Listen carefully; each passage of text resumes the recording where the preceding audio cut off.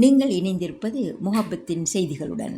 பேர்வளை மருதானே Yasser Arafat மாவட்டத்தில் உள்ள அல் ஃபாசியத்துல் நஸ்ரியா ஆண்கள் பாடசாலையில் மர்ஹூம் அல்ஹாஜ் நாசிம் பாட்ஷா மரிக்கார், மர்ஹூமா ஹஜானி சித்தி கதிஜா ஆகியோரின் ஞாபகார்த்தமாக இவர்களது பிள்ளைகளினால் பல கோடி ரூபாய் செலவில் நிர்மாணிக்கப்பட்டுள்ள புதிய வகுப்பறை கட்டிட திறப்பு விழா எதிர்வரும் 2ஆம் தேதி வியாழக்கிழமை 2/1/2025 முற்பகல் 10 மணியளவில் நடைபெறும்.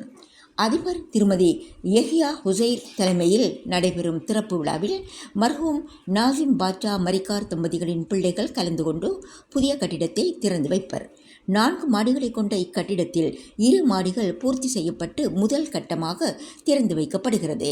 மேற்படி பாடசாலையில் நிலவும் இடப்பற்றாக்குறைக்கு ஓரளவு தீர்வு பெற்றுக் கொடுக்கும் வகையில் மர்ஹூம் அல்ஹாஜ் நாசிம் பாட்ஷா மரிக்கார் ஜேபி, மர்ஹூமா ஹஜானி சித்தி கதிஜா தம்பதிகளின் பிள்ளைகளினால் பாடசாலைக்கு அருகே காணி ஒன்று வாங்கப்பட்டு 4 மாடிகளை கொண்ட கட்டிடம் நிர்மாணிக்கப்பட்டு வருவதுடன் 2 மாடிகளின் நிர்மாண வேலைகள் தற்போது பூர்த்தியாகியுள்ளது.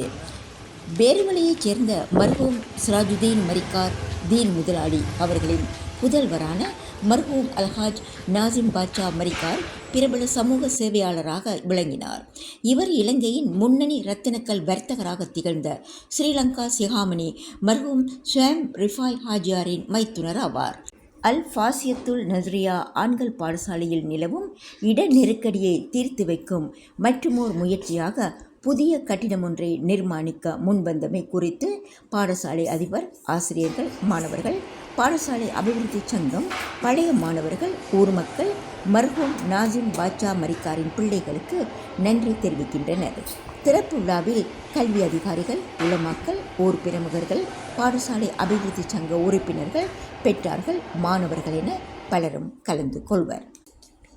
இத்தகவலை வழங்கியவர் பேர்வளை நிருபர் BM முக்தார்.